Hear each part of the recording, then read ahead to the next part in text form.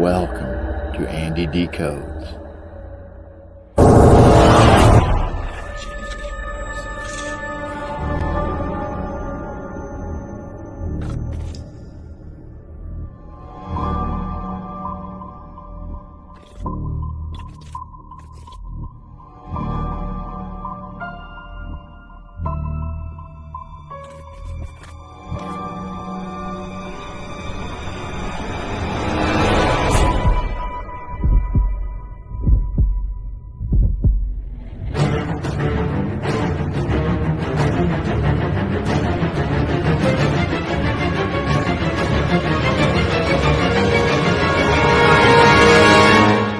Sit back and enjoy as we dive deeper down into the rabbit hole and into the unknown. Hello, and welcome to today's show where I'm joined by the Squatchfather himself, Santariga. Welcome. Hi, Andy. Thank you for having me. It's a pleasure as always. So, should we jump straight in? Because you was out on Friday the 13th, weren't you, going out doing an investigation? Yes, I was went back to my sacred site, which was supposed to go back with Chris Reinhardt to follow up on our first investigation there. And Chris couldn't make it. So I invited I invited my neighbor and his wife and his sister and my cousin. And one by one, everybody was dropping off on me. And I was like, well, you know, I know it's Friday the 13th. I know there's going to be 1% of the moon. It's going to be really, really dark. I didn't know at the time that there was going to be a solar eclipse that day. But at the last moment, my cousin said, okay, I can make it. And he came with me. So we got out there early in the day. And when we got out there, you know, I always call my psychic when we get out there. And but I've called her ahead of time just to make sure that the people that were coming with me were okay to come, you know? Yeah. And she read everybody's energy and said, yeah, there's two people you got to keep, you know, like in the circle because they're new at this and they may get scared and run off into the woods and get hurt. But other than that, everybody's okay. But but she did tell me that my cousin was very sensitive, that I never knew. He's a 20-year-old kid, you know, I hardly see him, but I didn't know he was sensitive. And so we get out there and we hike in during the day. I like to do a day night, and we got out there early. And we set up the sacred site and called the psychic. And you know, the psychic, she tells me stuff sometimes that are so off the chart that I just have to laugh because I just can't imagine what she's telling us is actually going to happen, because it just sounds so insane. It really it sounds crazy. But you know, I've been using her forever, and when she tells me this crazy stuff is going to happen, at the end of the night, everything usually happens that she says is going to happen. You know, so you know, so we sit there and she says, okay, you know, sacred site is radiating energy much higher than it normally does, but it radiates energy at a high level to begin with. She said, but the veil is very thin, and you know, you're going to have a lot of entities coming through. The Sasquatches are going to actually stay further away because they can feel the energy, and they don't want to deal with this negative energy because the veil is so thin. She said, but you guys will be okay because the sacred site, this is the way she described it, has a barrier around it. She says, so negative stuff can't get in, but it can get close, you know? Yeah. It was a very weird day to begin with. And I felt like, and the energy at the location is very, very peaceful. Except for the day we were there with Chris, when it started out peaceful, then it changed. But it was very, very peaceful. And even my cousin said told the psychic, it's a very peaceful energy here. She says, yeah, but it's going to change. As it gets darker, the energy is going to change. The veil's going to get thinner. And energy at the sacred site is just beaming like a beacon, so it's going to attract all kinds of stuff. Okay. Right. What should we expect tonight? And she said, okay, first of all, you're going to have to deal with, she said, she called them fairies. She said, they're showing themselves to me as fairies. Yeah. But she says, I'm not sure they're really fairies. She said, they may be tricksters. Oh. So she said, so be careful with these guys, because they can do a lot of things. They're not so much that they're malicious, but they're, what's the word she used? I was going to say mischievous. Yes, mischievous. That's the word she used. Yes. Yeah. And I was like, okay. And then she said, you'll see other shadows and stuff. And she said, at some point, you're going to see something large. She goes, I don't necessarily believe it's a Bigfoot. I don't necessarily believe it's a dog man. She goes, if I had to describe it, I would call it a bear squatch. It has a head like a bear, but it's big like a Bigfoot. She goes, but it's very shaggy. And I was like, okay, this is interesting. So she's telling us all this crazy stuff. And my cousin's got his eyes are wide open, like, oh my God, I can't believe, we're going to experience all this crazy stuff, And I was like, don't worry, we'll be okay. We're at the sacred site. And at one point we had, this was very strange. We had, it would sound like a military helicopter over us, right? It sounded like a Black Hawk helicopter. Okay. Yeah. It was hovering over us. It felt like it was hovering over us in the opening in the trees, right? But it was invisible. We couldn't see it. But you could feel the percussion from the blades, Yeah. and you can hear it. And I was like, wow, this is pretty weird, So I set up my digital voice recorder and I put the digital voice recorder on. This particular one I was using that night runs for 72 hours straight. Yeah. So I put it on and I made sure, I said, I wanted to double check. I said to my cousin, look at it, make sure the numbers are moving. So let's make sure everything is working right. He looked at it, he said, yeah, it's recording. I said, awesome. And we're sitting there and, it's the solar eclipse happens. And again, it felt like we were inside a glass dome. Oh. And everything that was happening around us was in a different dimension, or we were in a different dimension, and it was in our dimension. It was very, very strange feeling. And so then, the eclipse came and went, and then it started to get dark. And I knew it was going to be a very dark night because it was only going to be 1% of the moon. So I was very, very excited about that because I knew it was going to be dark. And the last time I was out at this location when it got dark, the Sasquatches went crazy and killed a bunch of coyotes and stuff, and it was just insane. And so it started to get dark, and I decided I'm gonna lay out a bunch of glow sticks, different colored glow sticks all around us, like in a C shape, And we had yellow glow sticks in front of us for ambient light because I didn't want to sit there all night with our headlamps on. And I set out these different colored glow sticks. And at one point, they started moving. Like the glow sticks on the left started blinking. And my cousin goes, do you see the glow sticks on the left? They're blinking. And I go, yeah.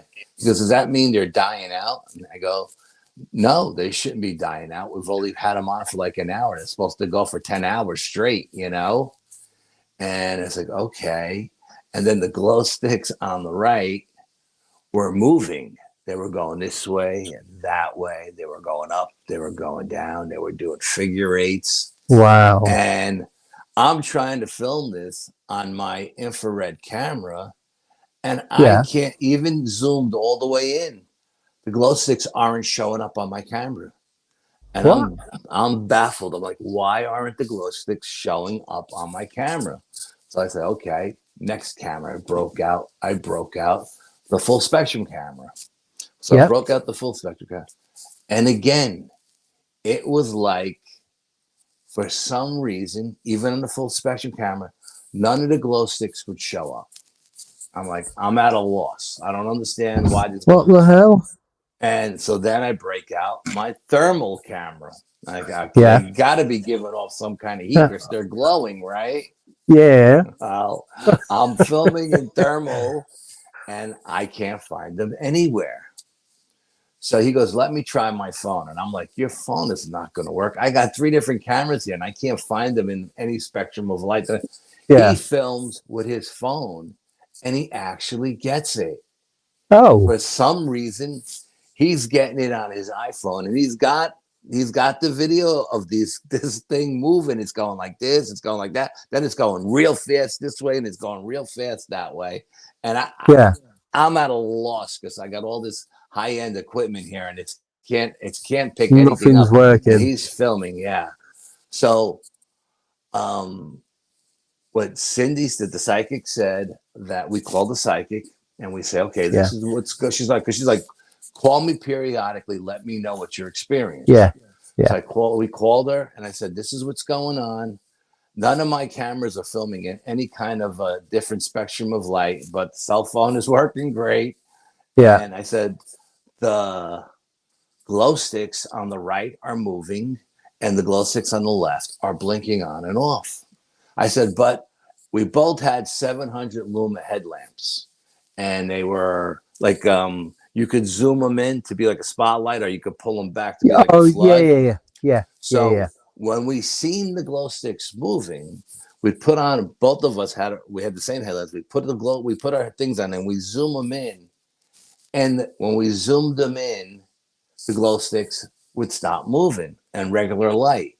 As soon as you shut them off, they start moving again. So I said, okay, let's get up and actually go over and see what's going on. Because I know where I placed each glow stick. And right next to some of the glow sticks, I put a couple of EMF meters that would light up or beep if something was there, you know? Yeah. But the meters aren't going off, but the glow sticks are moving and blinking. So we go over, we walk over with our headlamps on, and we check the glow sticks. And they're in the same exact spot where I put them. Wow. And I don't understand how somebody or something could pick up a glow stick, move it all over the place, and then put it back in the same exact spot. It didn't make any kind of sense. No. So then my cousin did a couple of tree knocks. And then we heard a couple of tree knocks from the other side of the woods, from the east side of the woods, which is usually the Dogman side of the woods. Right. And the west side of the woods is the Bigfoot. Well, we heard tree knocks coming out of the Dogman side. So then my cousin did a couple of whoops, and he does amazing whoops. The kids got some vocals on him, and he did some amazing whoops. And now the whole time I got the digital voice recorder going behind me because we don't want to miss anything, right? And we hear a whoop. I mean, a powerful whoop from our north. Felt like it was about 100 yards away from us, right? A powerful whoop. And then maybe 3 seconds later, we heard it again, but now it's like a mile away. Then 3 seconds later, we heard it again, and now it's like 2 miles away, and it's running away from us. And my cousin is like, can they move that fast in a matter of 3 seconds? Can they move a mile? And I'm like, I guess they can if they're jumping in and out of dimensions or through, portals. Otherwise, I don't know how anything could move that fast, move that kind of distance that fast. And it was going in a straight line. It was the same vocalization all 3 times. It wasn't different creatures. It was the same one. And it went 1, 2, 3.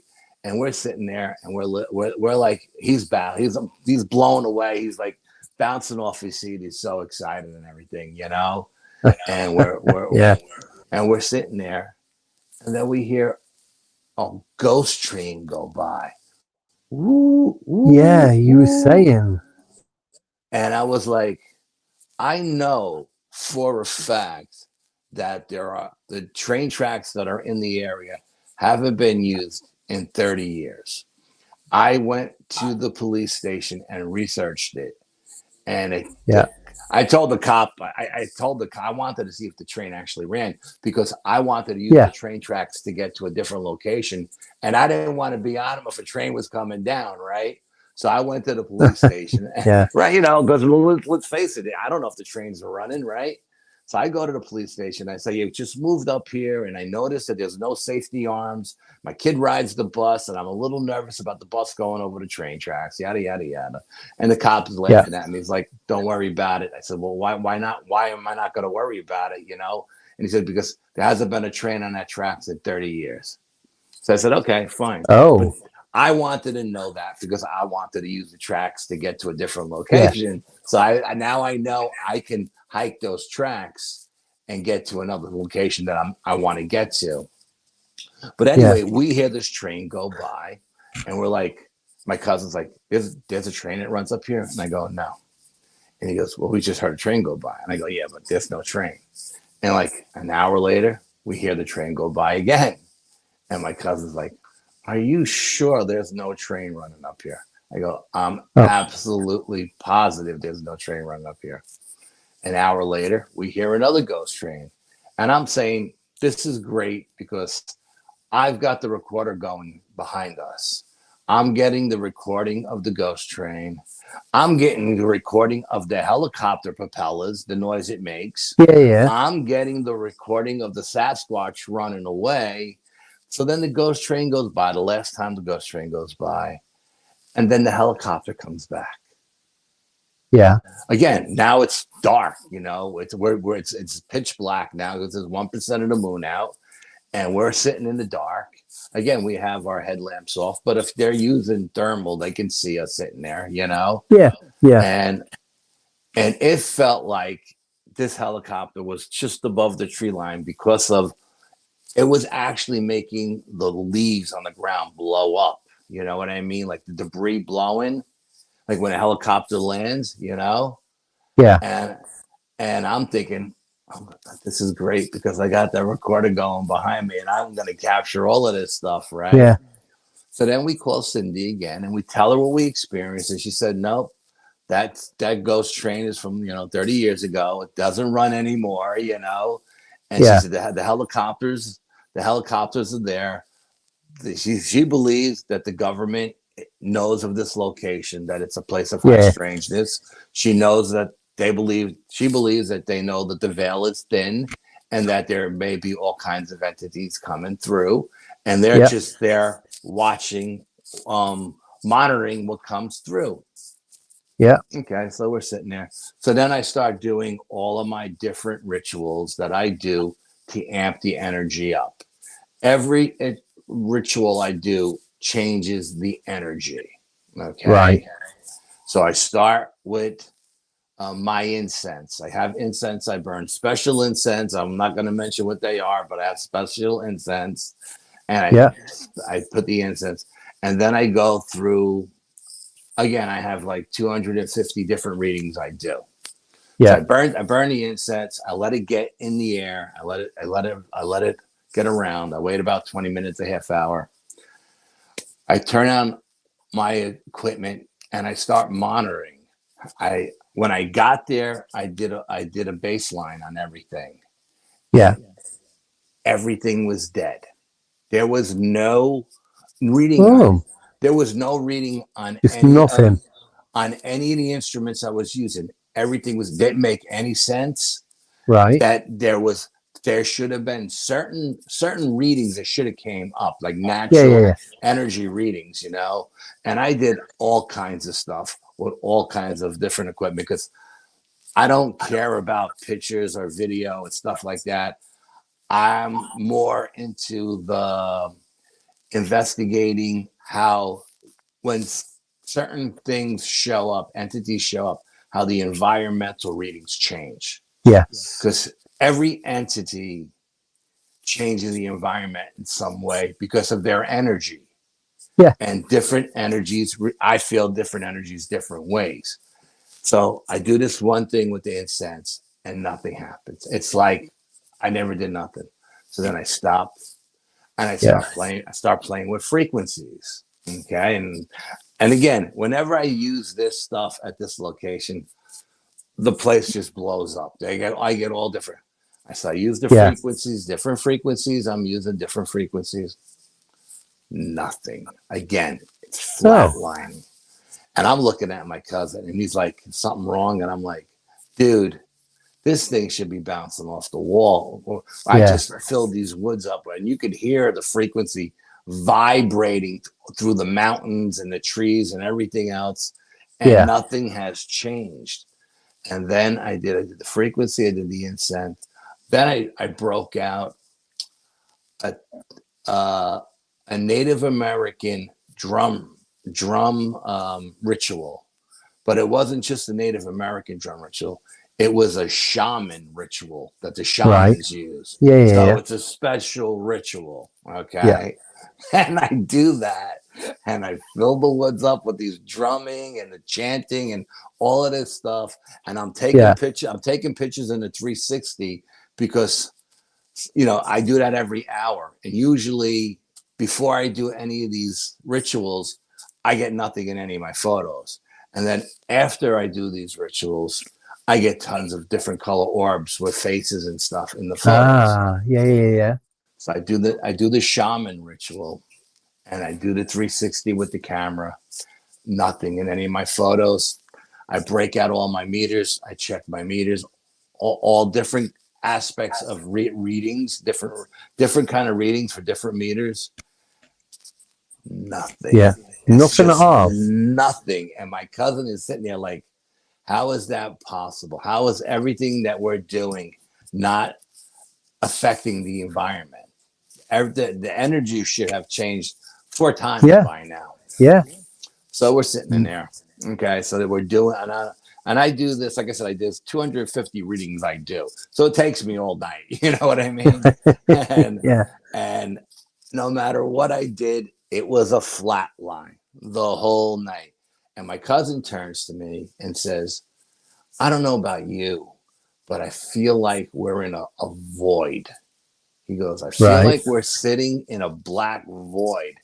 And we're surrounded by nothingness, and everything else that's happening around us is happening we're in a different dimension, and everything that's happening is happening in our dimension. And I didn't want to say anything to the kid because I didn't want to freak him out. You know, it was his first time out. We're 4 miles deep in the middle of the woods. You know what I mean? And it's just me and him.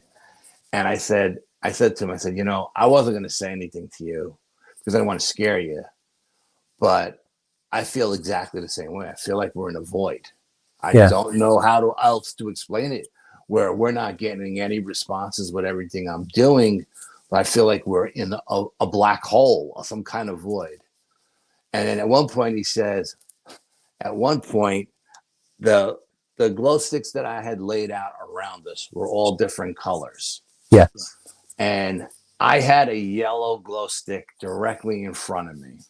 Okay. And at one point he said to me, my cousin said to me, says, we started getting rocks thrown at us. Okay. So I call Cindy, the psychic, and I say, we're getting stones thrown at us. Could it be possible the Sasquatches are back? And she says, no, it's not the Sasquatches. It's the other entities that are there. They're trying to get you to leave the sacred site because they can't come into the sacred site. And I was like, okay. She goes, as long as you stay where you are, you guys are safe. And then my cousin says, all of a sudden, my cousin says to me, I got a cold chill go down my back. And he felt like fear was starting to rise through his body.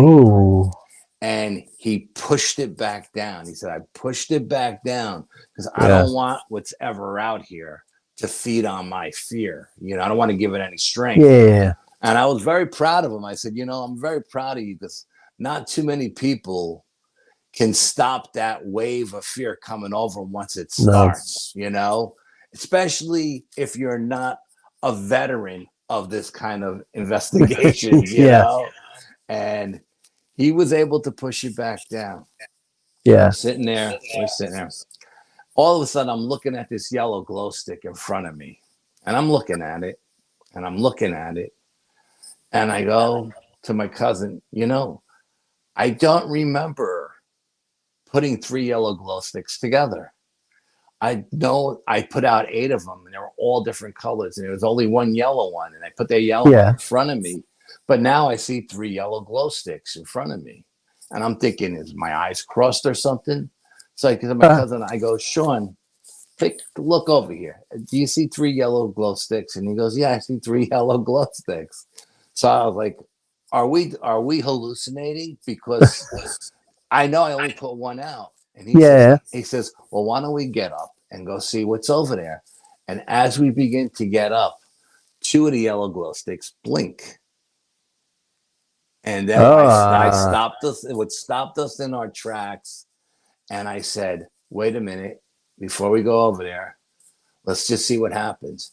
Then we seen this creature, let's call it a creature because I don't know what it was, stand up, and it was big, and it was dark, and it was hairy, very, very hairy, and it looked like it had a bear head. And I'm thinking to myself in the background, this is what my psychic seen. She called it a bear squatch, but it was very hairy. It was a shaggy kind of hair. It wasn't a tight kind of hair, you know, like a gorilla or something. So we look at it.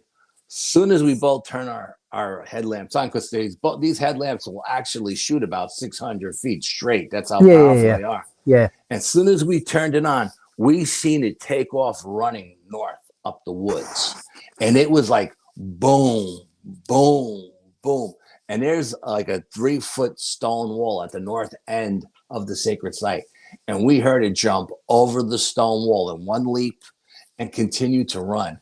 And he looked at me and I looked at him and he goes, what the hell was that? Now, the first thing I thought of was a gugway. I said, it looked like maybe it was a gugway, because I know gugways have been described as bear squatches, right?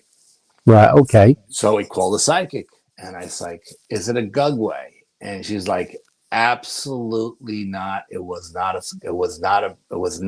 gugway. And I said, well, was it a type 3 dog man with just, you know, very hairy, very fun? And she said, I'll put that picture up so people know. Okay. There you go. That's what it looked like, only very shaggy. Okay. And she said, I don't know if it was a type 3 dogman. It could have been, because when I showed her the picture, she said, yes, that's what I seen in my mind's eye, only shaggy. And now we're only seeing a shadow. You know what I mean? We're not seeing it like it's daytime, because there's only 1% of the moon. It's dark, you know? So we seen a shadow, but enough of light between our headlamps and its eye shine to light its face up enough so it almost looked like a bear squatch, you know? And she said, whatever it was interdimensional, and it came in through a different dimension. I don't know if it's a type 3 dog man. I don't believe, and I've never heard of gugways in New York State. I've only heard of them out west in Wyoming, Colorado, Montana. I've never heard of them up in New York State. And so she goes, I don't know what it was, but it's time for you guys to leave, you know? So I said, okay, just going to hang out another few minutes, because I'm that guy that doesn't want to miss anything, you know? And at that point, my cousin was ready to leave at that point. You know, he was like, okay, when that thing got up and we seen how big it was. I mean, it felt like it just kept getting taller and taller and taller. Oh, Jesus. I swear to God, if it had to be just a wild guess, I would say between 10 and 12 feet tall. And it was heavy. I'm going to say, just by the way the ground shook when it ran, it says this one creature sounded like a herd of elephants. So if it weighed, it had to weigh between 1,500 pounds and 2,000 pounds. I mean, I and this is all theory and conjecture because I didn't catch it and weigh it on a scale or anything, but just the way the ground shook. One creature to make the ground shake that hard, especially after it jumped over the wall, it ran through a bunch of trees and the trees just exploded, So at that point, my cousin says, I think we should leave. Psychic said we should leave. We should listen to the psychic, And I was like, okay. I said, but when I had her on the phone, I said, by the way, what was making those things move, those glow sticks? And she said it was definitely this, either it was showing itself to her as an elf, but she said she believes it was more of a trickster creature or spirit. Right. Well, yeah.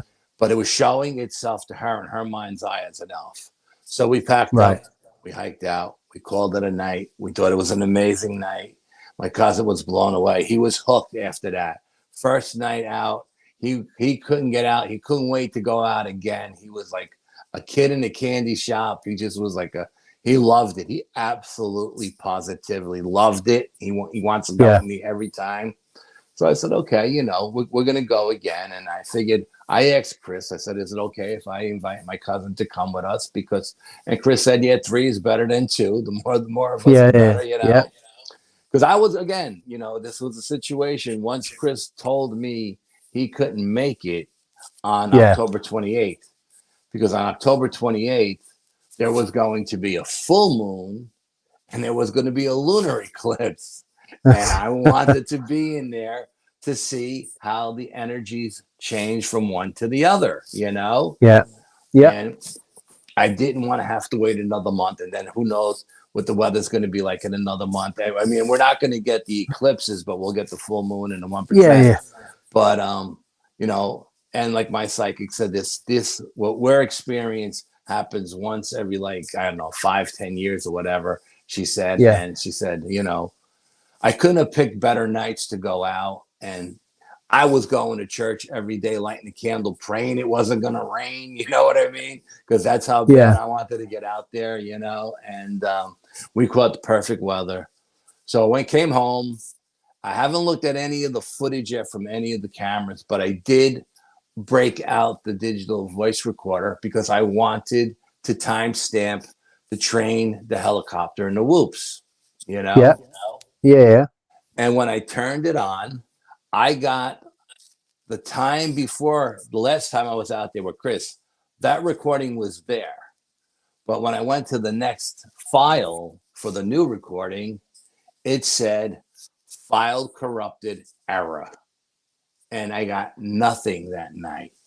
So I called my psychic and I said, how is that possible that the night me and Chris were there, I recorded, but that night, and she said, well, I would bet my bottom dollar that invisible helicopter was probably zapping your audio recorder. And it corrupted that file, or it deleted that file because you caught stuff that night they don't want people to know about. No. And I was like, okay, I don't know that to be true for sure, but we knew it was working when we turned it on. And when we turned it off, the numbers were still moving. It was still running, And we saved it. We shut it off. So I knew the file was there, but somehow the file was corrupted and it was an error.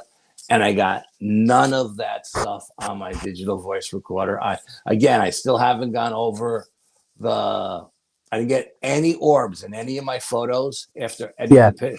So that did nothing. It felt like everything I was doing to change the energy, the location was trapped inside a dome, and it wasn't making it outside the dome. So nothing was changing. And the energy of the dome was a void. So that's all we were going to get was a void of nothing. Yeah. Yeah. Have you? I was going to say, have you tried plugging the digital recorder into your PC and uploading it onto that to see if you can get anything from it that way? No, I didn't try that. No. Because that sometimes it has worked for me in the past, but it's not when I've been going out investigating, just other stuff that have like notes to myself and what have you. Yeah, and it was very weird because I have two digital voice recorders. One that runs continuous for 72 hours and one that's voice activated. Yeah, I remember you saying. The voice activated one would not work that night. I couldn't get it to turn on. Couldn't get it to turn on. I was like, I don't understand. This is brand new. It worked perfect the other day at the house when I ran a tester on it, you know? Why? It just would not turn on. It was like something was blocking the signal for that thing to turn on. So we couldn't use it. So then October 28th rolls around. Okay. And it's again now the 28th. There's going to be a full moon. There's going to be a lunar eclipse. And I'm going back, hell or high water. I'm going back. The weather, it's going to be 55 degrees, no wind. It's going to be a beautiful fall night. So I call my psychic. I say, okay, I'm going back. And she says, who you going with? I said, as far as I know, I'm going with nobody because my cousin's got to work. Chris's eye is shot. And the other people that I invited the last time, they were doing something. They had plans. So I said, I'm going. She goes, oh, well, I don't want you going by yourself. I was like, no, I'll be fine. I'm going to the sacred site. I've been there a million times. Nothing has ever happened to me there, you know.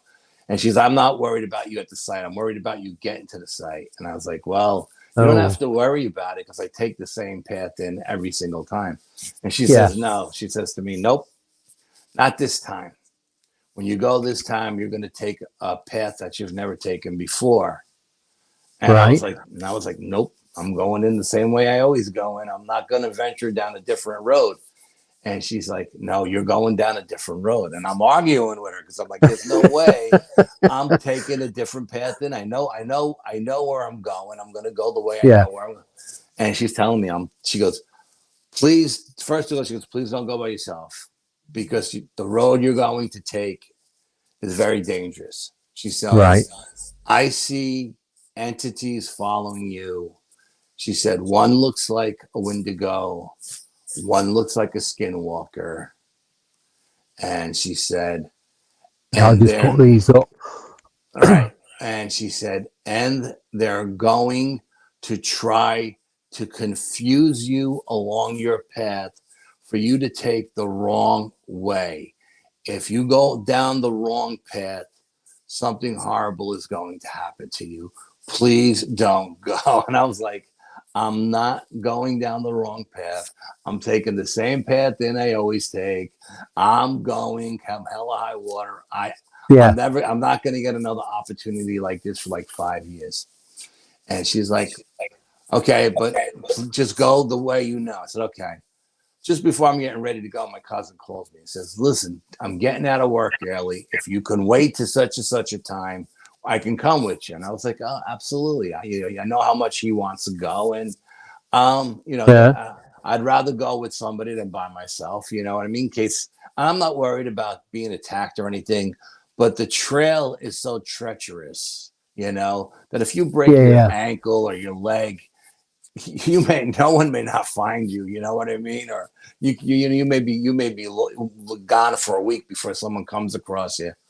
So I'm more concerned about that, you know, especially with all the rain we had. There's a lot of jagged rocks and a lot of them are wet and they could be slippery. And so my cousin says, wait for me. I go with you. I said, okay, I'll wait for you. So now my cousin's supposed to get out of work at a certain time. I said, okay, we could still get in the way we always get in, the main road, which is a mining road, because we can't pass the ranger's house once it gets dark.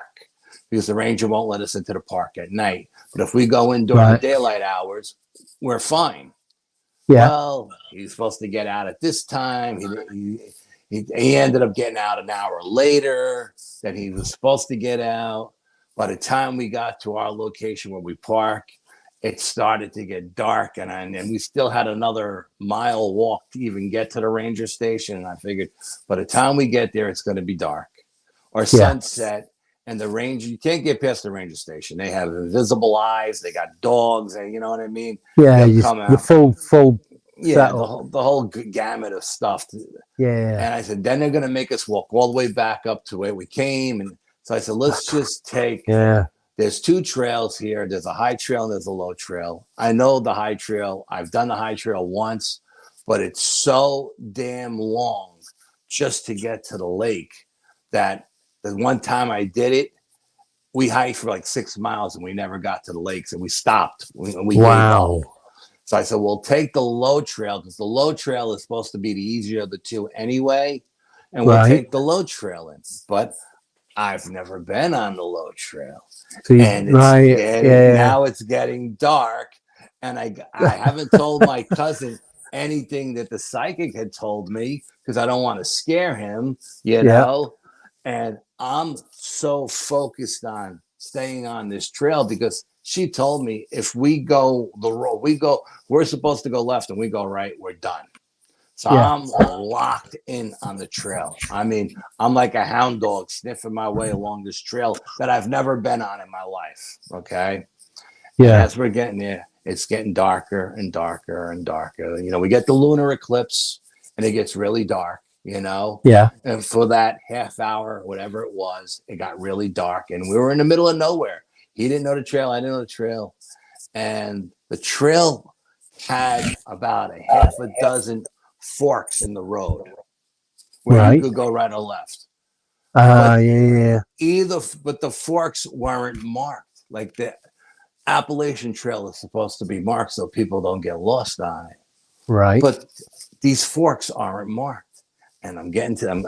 I get to the first fork and I'm thinking, oh my God, here's our first test, right? If I pick the wrong, trail, I picked the wrong trail. We're dead men, according to my psychic. And so far, in all the years I've known her, 15 years, she's never been wrong, you know? No. So my gut, every fiber of my being, my gut says go left. So we go left. So then just before we're about to go left, I said, okay, let's go left. I look up. I don't know why I looked up, but her little voice in my head said, look up. So I look up, and about 10 feet up above me, directly above me, is a broken branch pointing to my left. Okay. And I turn to my cousin and I go, do you see that? And he goes, yeah. I go, you know what that is? And he goes, no. I go, that's a Bigfoot trail marker. He's pointing the right way to go. So we're going to go this way. And my cousin goes, are you sure? I said, well, my gut said to go left. This trail marker just validated it. So I go, how high do you think that is? And he's a big kid, 6'5", and he put his arm up as high as he could, and he couldn't even reach the brake. You know what I mean? So whatever broke this thing was tall. You know what I mean? Yeah. So we follow it, and then we walk about 100 feet maybe, and then there's the marker for the trail. I said, okay, we're on the right trail. And we're walking. We get to another fork in the road, right? And I look up, and there's another break pointing to the left. So we go left, and now we're walking. We get to the third fork in the road, and my cousin says to me out of the clear blue sky, he says, we're being followed. I hear something walking, following us. Do you hear it? And I say, no, because I'm so locked in, not getting lost, that I'm not paying attention to what's going on around me. So he goes, something's follow us. I said, okay, well, keep an eye. You just keep your head on a swivel, and you let me know if you see anything. So then we're walking along the trail, and he taps me on the shoulder, and I go, what's up? He goes, has there ever been any reports of skinwalkers in these woods? And I was like, Jesus Christ, Sean, what makes you say that, you know? And he goes, there we go. I thought I seen a skinwalker following us. And I was like, dude, don't wish that shit on us. You know what I mean? And Yeah. he goes, I think we're being followed by a skinwalker. I said, well, you know what? You keep your head on a swivel. We'll just keep marching until we get to the mining road. Not knowing how far we had to go. Right. I knew we had to go west, but the path we were on was taking us north. Okay. Right. And I said, at some point, we have to make a right and go west. Otherwise, I don't know where we're going. So we get to the fourth marker, and there it is. This time the brake's on the right. It's pointing to the right. So we go right. Okay. Now we're going west. We cross over a stream I've never seen before. It had a bridge over it. We went over the bridge. Again, we're walking. And he says, shut off your headlamp and just turn around. I said, okay. So I shut off my headlamp and I turn around. And we're just sitting there in the dark and looking. And now the moon is starting to come up. And it's starting to illuminate the woods. And there in the woods, I see a shadow of something that looks like an elk with big horns. But it's like 7 feet tall. I don't see any eye shine. I just see a 7 foot thing that looks like an elk. Now I'm thinking, oh my God, now we got Wendigos following us too. You know what I mean? Yeah. And I was like, I wonder if the skinwalker is still following us or if it backed off when the Wendigo got here. You know what I mean? But again, you know, he doesn't know anything about the conversation I had with the psychic. And we're walking. And every time we got to a fork in the road where there was no marker telling us which way to go, I would look up, and every single time, 6 times in a row, there was a break pointing in the right direction. It always pointed us in the right direction. Yeah. Eventually, then we get to the mining road. 6 miles before we got to the mining road, we had a hike 6 miles before we get there. I was exhausted. Okay. I'm not surprised. So we get to this area we call the campsite. We sit down there for like 15 minutes, drink some water, take a break. Get some, you know, stuff back in get some fluids. It was so hot out that night that I sweat so profusely. My pants were soaked. They would stick into my skin. I couldn't walk because I sweat so much. Yeah. And so then I said, okay, let's get going because we still got another 3 miles to go to get to the. We get up to the sacred site. We finally make it up there. And the moon is out, and we're sitting down. And again, I do the baseline reading with all of the instruments. And now I'm getting readings. You know, every instrument is reading a little bit different, and I'm screenshotting everything so I know what's reading what. You know what I mean? And I'm very happy that I'm getting different readings because now I feel like when we do the rituals, the readings will really amp up. You know. And we're sitting there and we're doing these and we're sitting there and I got the glow sticks out and only one glow stick this time was moving on our left and it was just moving a little bit. And we're sitting there in the dark again with the glow sticks in front of the ambient light. I start my rituals again. I always start with the incense, you know, it's the smell, right? Yeah. I do that, and we're sitting there, and something, and I felt the moon rays hitting me in the back.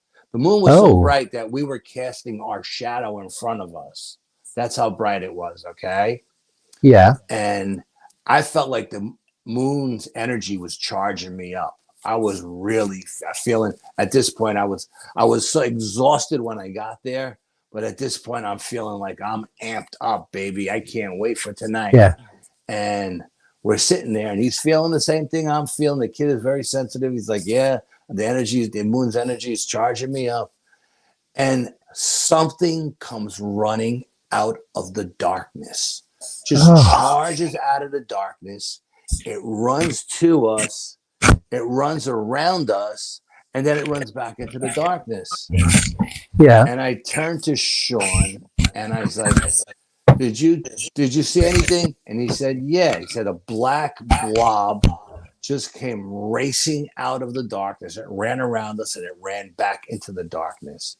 He said, but it was moving so fast that we couldn't make it out. And I sent you that picture of the chimpanzee running, right? Yes. Let me get that.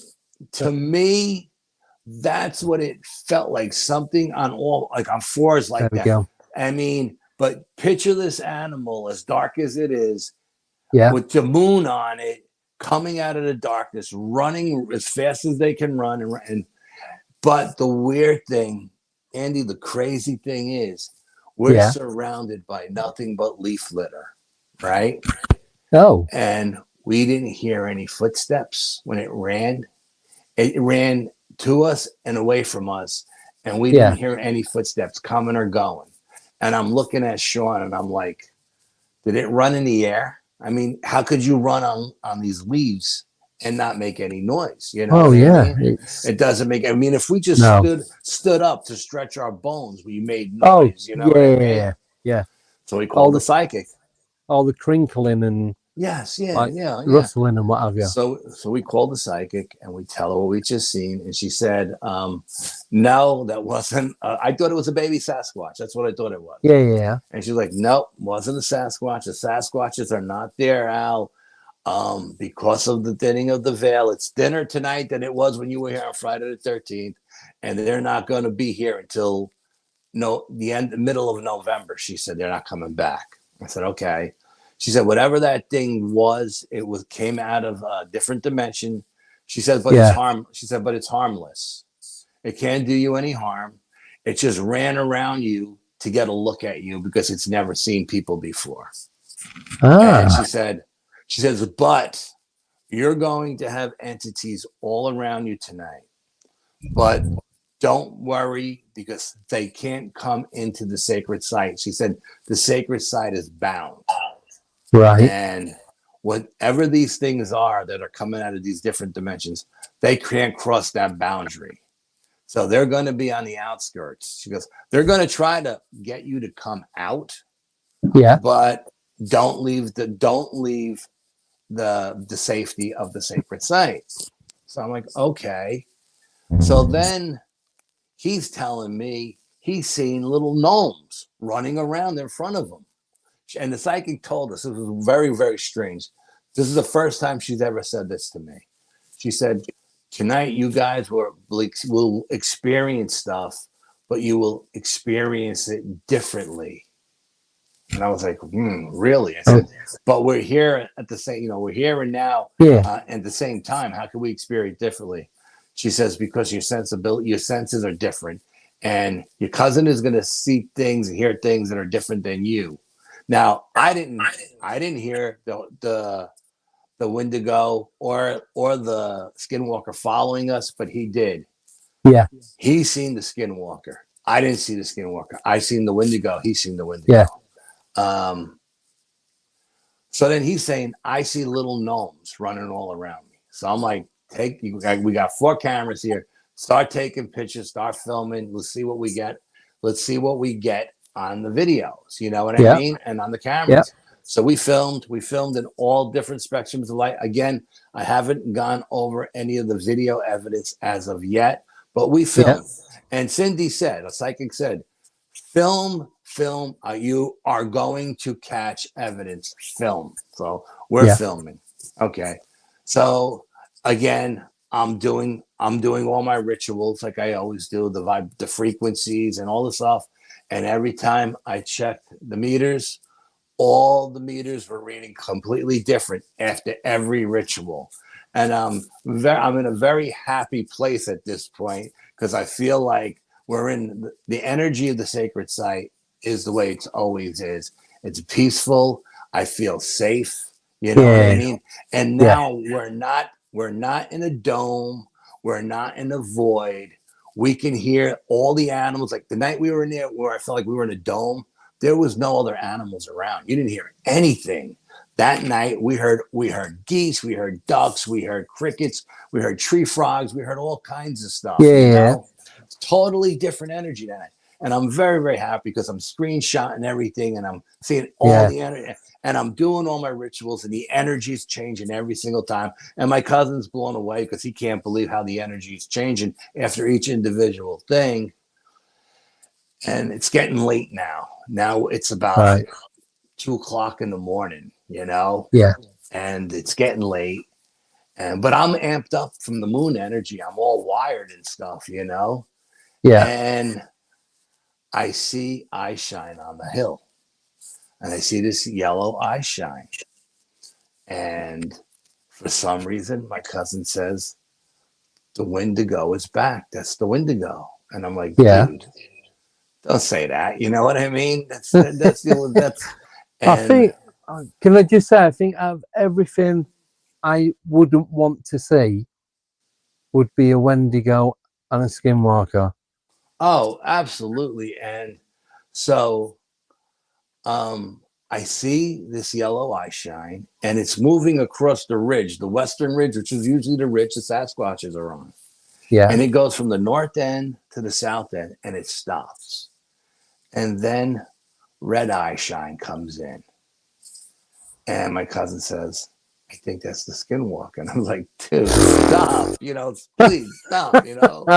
That'd have been gone. Because this is what he's seen when it was following us. It had all the same images that he's seen when he's seen it following us. I didn't see it follow us. I was too locked in, not getting lost. You know what I mean? Yeah. But he said, I think that's the skinwalker. And I was like, okay.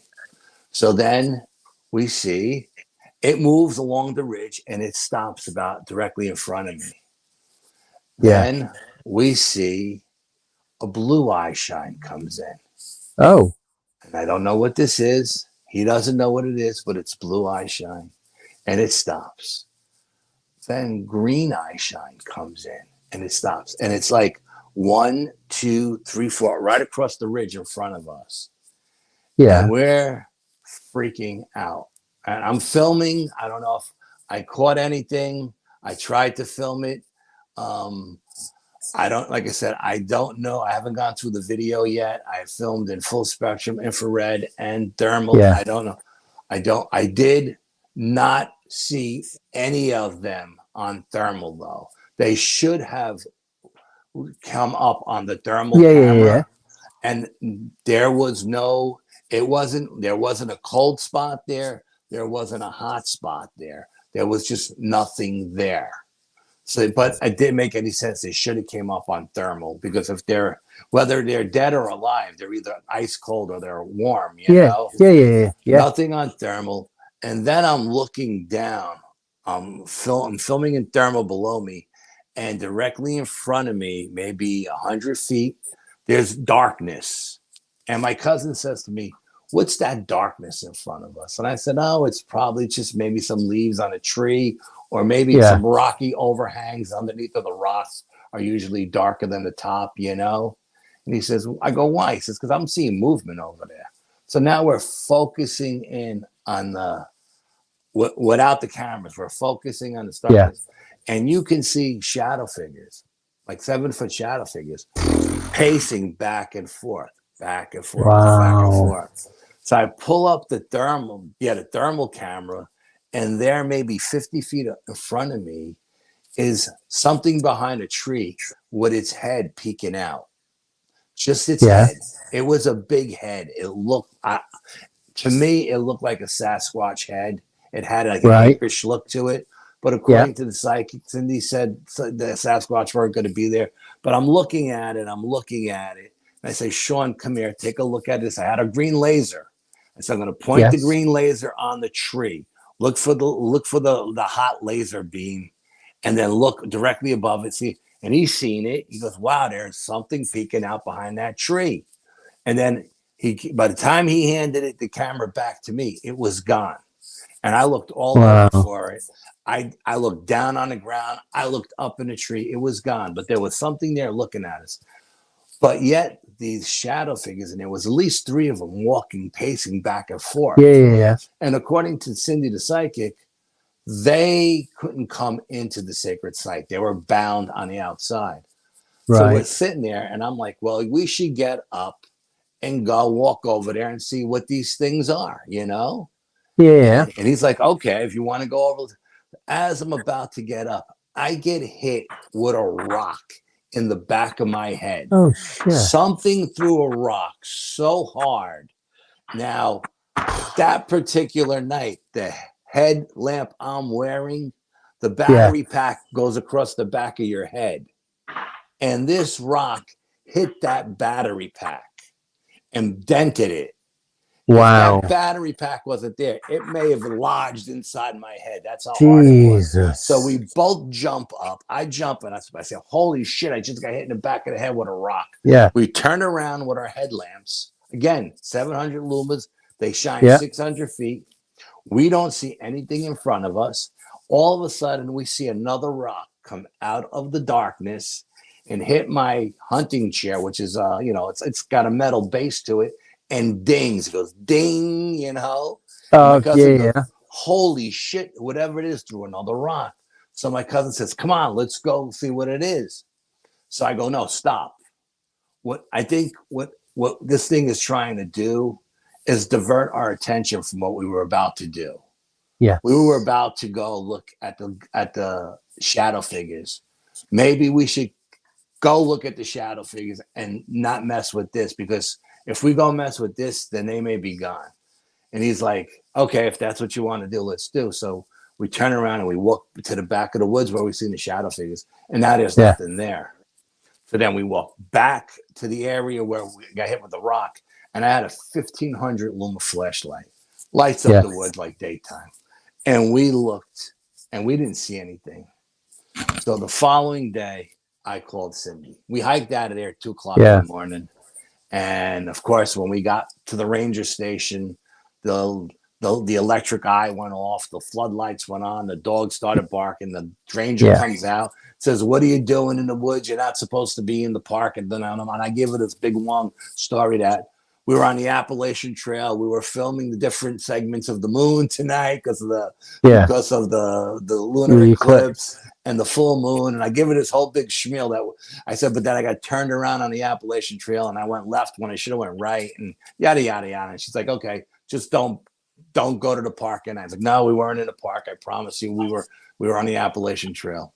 So we leave. Call Cindy the next day. And I was like, what was the thing? I said, was that a Sasquatch that hit me in the head with a rock? She said, no. I said, was that a shadow figure that hit me with a rock? And she said, no. And I said, how far away from was it? Was it from me? Because I had a 1500 lumen flashlight. We didn't see nothing. She said it was about 90 feet away from you. And I was like, wow. She goes, but what I'm seeing is a shimmer effect. She says, almost like the Alien.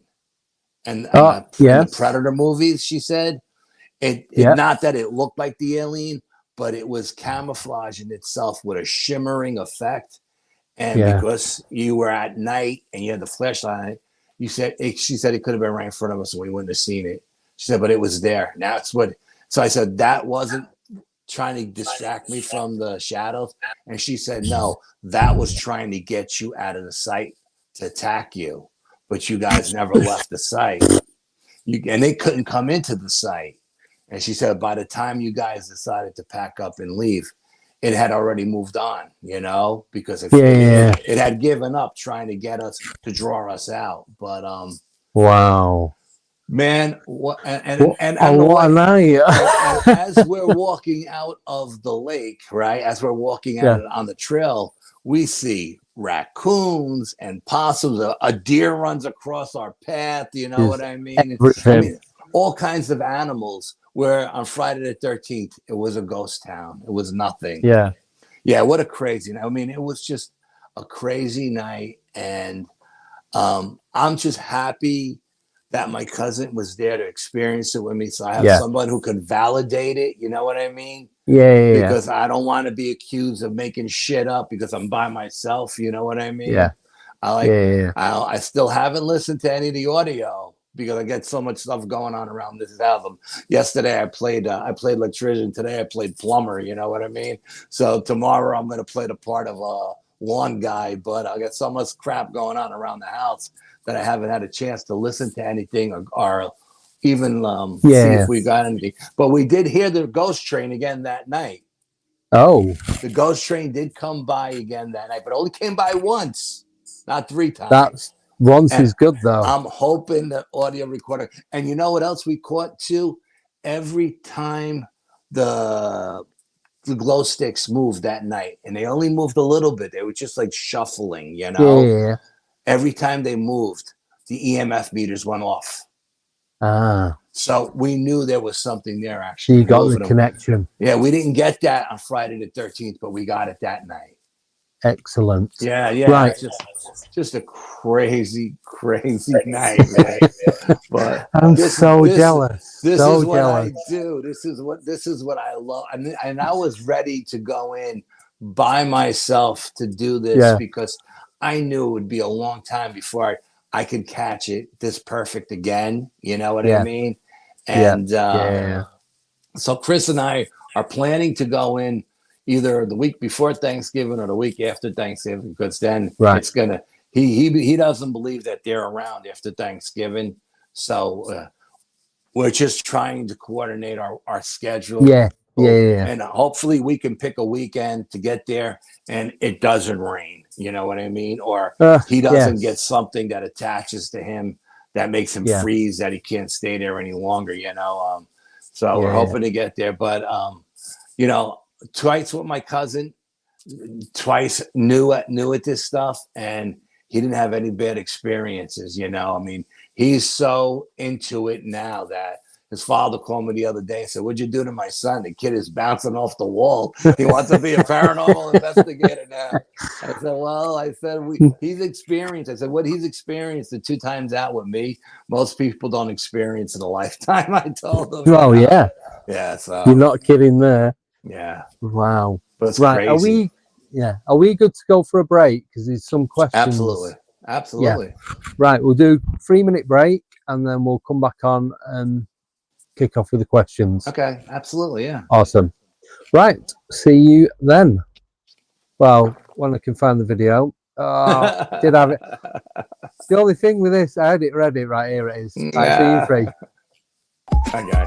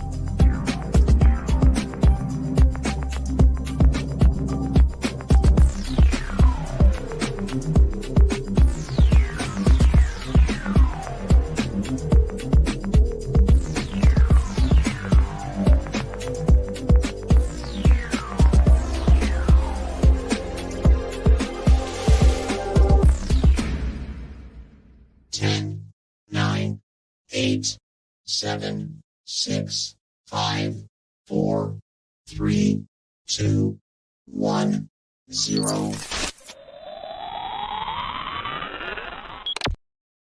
Hello, and we are back.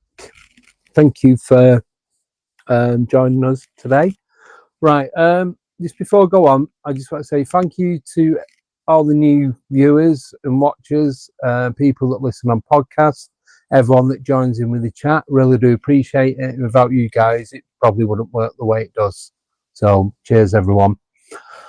Right, I've got. And before we take a question, I just want to mention one thing. When I did talk to my psychic Cindy, she said the Skinwalker had the red eyes, the Wendigo had the yellow eyes. She said that there was like a dog man there that had the blue eyes. She said, "All right," and she said that the one with the green eyes was a rake. And she said for some reason, all four of them were working together that night. She goes, I've never experienced anything like this in my life. And she's third generation psychic. And she said, I've never experienced anything where all different entities were working together. She said, and they were all working together to get you out of the sacred site. So I just wanted to mention that before we get into anything. Go ahead. Yeah, no, thank you for that. Cheers for sharing. Appreciate it. Right, first question is it's from Chris Evers. I've had to do a screenshot. He's on Facebook. Chris. So Chris has said, "Give out my regards, please, Andy." So there you go. There you go. Top guy, Chris. Yeah, right. Good guy. Absolutely. Yeah. So his question is: does Al believe that the presence of dogmen, Bigfoot, and other such cryptids can be found in all the mainland / continental US states? If so, how far south do they go? I believe they could be found anywhere in the world because I believe that they're interdimensional, and I think they could pop up anywhere at any time, any place. So, whether or not they're seen, like people say there's no Bigfoots in Hawaii and they've never been seen in Hawaii. Maybe there's something about Hawaii's energy with the volcano, whatever, that's won't allow them to pop in there. I don't know, but I believe that they are interdimensional. I believe they can show up at anywhere at any time. Yeah. The only thing we didn't get that night was UFO activity. That was the only thing. I was just going to ask you. Yeah. That was the only thing we didn't get was UFO activity that night. But I was going to say, don't you normally get that though when you get the Bigfoot activity? Sometimes we do, sometimes we don't. Yeah, but maybe I don't know. Maybe it had something to do with the veil being thin, and maybe the government was monitoring it, and the UFOs know they're being monitored. So, like the way the government is watching us from the shadows, maybe the UFOs are watching the government. I don't know. But we had no UFO activity on either night, on Friday the 13th or on the 28th. So I found that was a little cliff note I put in my mind that either night we didn't get anything. Yeah. Right. Cheers for that. Right, next question is from Sober Carper, and he's asking, has Al ever witnessed objects apporting on his investigations? Yes, I guess I would say yes. I seen UFO. I seen a million UFOs that just 1 minute they're there and the next minute they're gone. And I don't know if they're moving so fast that my eyes can't see them, or if they're jumped through a dimensional portal or something. I don't know. But I've also seen orbs that just come out of the wall, just a solid wall. An orb will just pop out of the wall and stop and look at me. It's like, oh my God, he's right here. And then take off. I end up chasing it down the hall, through a kitchen and out the back door. I mean, just, to see an orb just come out of I've also had, I was doing a video. I don't know if you know Miss Bettina Moss, but I was doing an interview with her, and I was down in my dining room at the time, and my father has this mirror there. That's a portal. And me and B, I call her B. Me and B were having a conversation that she's never seen an orb other than in pictures when an orb came out of the mirror, stopped right over my head, looked at her, and she's seen it. Her jaw drops like, oh my God. And then it went out the back window. And an hour later, came back through the window, again, stopped, looked at her, and went into the mirror. Where'd it go? How'd it get into the mirror? I don't know. How'd it get out the window in the back behind me? I don't know, but it just went right through solid objects. So, have you ever been hit with an orb? Or has that one ever gone through you? Not to the best of my knowledge. I don't believe I've had stuff go through me on investigations, but I haven't seen an orb like go through me. No. I mean that time I seen it come out of the wall was the first time I had a camera in my hands. Yeah. With my finger on the trigger to take the picture, because I was actually taking a picture of something else because the client said, take a picture of this area because that's where the orbs are. When the orb came out, I could have literally reached out and touched it. And that's the thought that came. The thought that came to my head was, don't snap the picture. Reach out and touch it and feel what its energy feels like. And when I reached out to touch it, it took off. And I took off after, and I chased it down the hall, through a kitchen, and out the back door. Yeah, I mean, it was crazy. Wow. My hand on the lever, and I never snapped the picture. You know what I mean? So when people say, how come you never get that picture? Because when you experience something so extraordinary, it boggles the mind. You know what I mean? And in that moment that you would think clearly and would take the picture, your mind starts racing towards like, what is this and how did it get here and all kinds of other stuff. Yeah. You think of everything but taking the photo. Yes. Yeah. I've never, not to the best of my knowledge, that I ever seen an orb go through me. No, but I'm going to an investigation in a couple of months. That's a haunted hotel that has haunted dolls and all kinds of stuff. It's a real creepy place. So, and apparently there's a lot of orbs in the air in that hotel as well that come out of nowhere. So maybe I'll get lucky that night and something will pass right through, you know, and something will get video because we're going to be there with like 4 different teams. You know what I mean? Oh, so there's quite a few of you going. Everybody's going to be filming, you know, so maybe somebody will get something interesting like that. Yeah. Cool. You'll have to let us know how you get on. As always. Of course. Yeah, of course. Yeah. It'd be great to have you on. Cheers. Again. Right. So I just getting the next questions. Right. So this one is from the Dogman UK, the skeptical researcher. Okay. So the question is, question, have you had Mind Speak by the Cryptids? Thanks. Yes. Twice that I know of by Sasquatches for sure. Okay. Yeah. That I know I've had 2 communication with Sasquatches, a female called Hyaneth. She told me her name, and a big white male who told me his name was Alaric. Now, as far as the Dogman concerned, is there was two times at my house where I was walking towards the back of my house because I felt there was something there, and I heard a voice in my head say, "Stop! You don't want to see what's there. Go back to bed." Now, whether that was my guardian angel telling me not to go out there and look, or that was the Dogman talking to me, telling me not to come out, but the second time that happened, the Dogman was underneath my my front deck, and I was walking towards it. And as I was getting closer, and I seen its head and its mane and everything, again I heard the voice in the back of my head say, "You should stop right there and probably go inside before you get shredded." Now I don't know if that was the Dogman telling me he was going to shred me, or if that was my guardian angel saying, you know, you're walking into harm's way. Maybe you should stop at this point. And again, I did stop. And again, both times it's out of character for me not to go and find out. If I feel like there's something or somebody in my yard, I'm the type of guy that goes out and confronts it.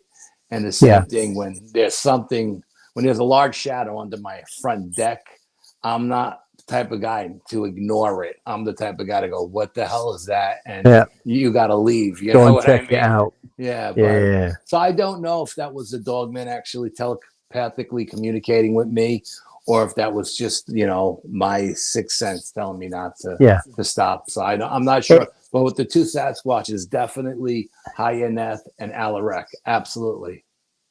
Yeah, I think it is hard to tell the difference between receiving mind speak and just go me gut feeling, because to me they are very, very similar. Well, you know, like when I hear that little voice in my head, not that it sounds like me, but it always sounds the same. Okay. Yes. When I had the mind speak with Hyaneth and Alarek, it was totally different voices. You know what I mean? I wasn't hearing that same little voice I've heard my whole life in the back of my head saying, go, don't do this, do that instead, yada, yada, yada. So I'm kind of leaning towards it was my a survival thing that told me not to go out in the backyard or go underneath the front deck. But with the Sasquatches, it was definitely different voices. Yeah, 100%. Yeah. No, cheers for that, Al. All right. Next question is again from Sober Carper, and he's asking, what is Al's thoughts on all phenomena being linked, i.e. supernatural, UFOs, cryptids? Yes, they are definitely all linked. It's taken me a long time to come around, you know, like everybody else who first starts off, everybody believes that everything is different because the energies are different. You know, the energies when you're sensitive to these energies, every energy feels different. So you think that the ghosts and the UFOs and the cryptids are all different, but in reality, you know, in the grand scheme of the universe, they're not. It's all energy, frequency, and vibration. Yeah, and that's what links it all together. Frequency and vibration. It's all energy. Yeah. Yeah, it's just different. Like you said before, it's just different types of energy and different frequencies. Yes. And that's all. And it's just, as everyone's been saying lately, they all come from the same source. Yeah, it's from the universe. You know what I mean? Whether you're talking interdimensional or extraterrestrial, you know what I mean? It's all in the grand scheme of the universe. It's all cosmic energy. Yeah, I was going to say it's around us all the time. All the time. Don't always feel it or see it. Absolutely. Yeah. Yeah. I totally agree with you on that one. Right. Next question is from Jojo, the moderator. So Joe is saying, Al, thank you for coming back on the show. Do Dogmen and Bigfoot get on or not, please? In some locations they get along. And in other locations they don't. I think it depends on the territory, how big the territory is. I think if they're working in a small territory and their territories intercross, there could be trouble if they're both in the same location. But if you're talking about a massive expanse of wilderness like what's it called? The Adirondacks here in New York, or it's like 5 million acres. You know what I mean? Yeah. So I think in a large expanse like that, I don't think their territories will cross over one another, and I don't think there would be any issues with them. I've heard stories where they'll interbreed. I've heard stories where they'll fight to the death, you know. So I believe it's all a survival thing. I think that's when it comes down to it. If everybody's fighting for the same amount of food, you know, and there's only so much food in that area, it's, you know, every man for himself, and may the best man win, you know. That's what I think. Just one man's opinion. No, thank you. I've got a question for you. Can you hear me okay? Because you might just cut off then. Yeah, I can hear you. All right. I'm just going to throw this one at you. I've not asked it to anyone before. What do you think the purpose of dogmen are or is? What's their purpose reason for being here? Some, you know, My psychic, who's a Native American, part Native American, she's part Native American and part Scottish, and she has both sides of her family are very psychically connected, you know, and she calls the Sasquatches the guardians of the woods. They're here to protect the woods and nature, and she calls the dogmen the gatekeepers of different dimensions. So that makes sense. Trying to keep things that shouldn't be here out, or trying to keep things that are here to get in, you know what I mean? Now they've done DNA study on both of these creatures, or human, whatever you want to call them, people. They're both the mitochondrial, the female DNA on both cryptids is female, human female. But the nuclear DNA on both cryptids are unknown. So they have some kind of human connection, you know, or we have some kind of connection to them. I don't know. Yeah. There's something somewhere along the line, and I do believe they're interdimensional, you know. So yeah. No, cheers for that, Al. Next question is from UFO Joe. Hi, Joe. He's asking, Al, did you ever feel something tapping into your brain consciousness while out in the field? Oh yeah, absolutely. Yeah, I mean, sometimes I'll get a frequency that goes through my head that just kind of cripples me. Sometimes I'll see images in my mind's eye that obviously are not mine, but something is sending me images to show me something one way or the other, you know. As a matter of fact, the night we went out on Friday the 13th, the psychic said that one of us was going to get touched, and my cousin got grabbed on his shoulder that night. So and he didn't tell me about it until we were done at the other night. I said, you got to tell me about this stuff when it happens so we can document it, you know. But definitely I get downloads, images and voices and stuff like that, you know. Cool, thank you. Right, next question, excuse me, is from Eddie Rodriguez. Hi, Eddie. And he's asking, have you ever witnessed cults trying to manifest these things in the middle of the forest? I once came across some weird people in black hoods while walking my dog down the trail and bailed instantly. No, I've never come across anybody in the forest manifesting anything, but I have had an experience where I did come across a bunch of people in hoods around the pentagram that was on fire, conjuring something dark up. Yes, but it wasn't in the woods. It was actually in the city. Oh wow! What, in New York? Yes. Can you tell us a bit about that? Well, that's what I call my Son of Sam David Berkowitz experience. Right. You know what I mean? If you'd like me, I'd go into it now if you want. Yeah, if you don't mind. Got the time. Yeah, I don't know. Yeah. We've got about half an hour to go. We've only got a couple of questions left. Well, let's finish up with the questions, and then all right then. Yeah, we'll do the next two questions, and then after that there won't be any more. Sorry, guys. And then we'll listen to what you got to say about this cult thing. Right. So this is from Susie B, one of the moderators. Thank you. Hey, Susie, how you doing, darling? Question for her, L. Have you ever been invited into another realm by any of these beings? I was, not that I know of, Susie, no, but I was invited one time by Alaric to come up. He wanted me to come up over the ridge and into their home range. And I told him no. I mean, and Alaric demands respect. He's like 12 foot tall, and he's a shaman. he's a shaman, Sasquatch. And I told him no because I had made a deal with the clan there that I would never go up on the ridge or cross into their range.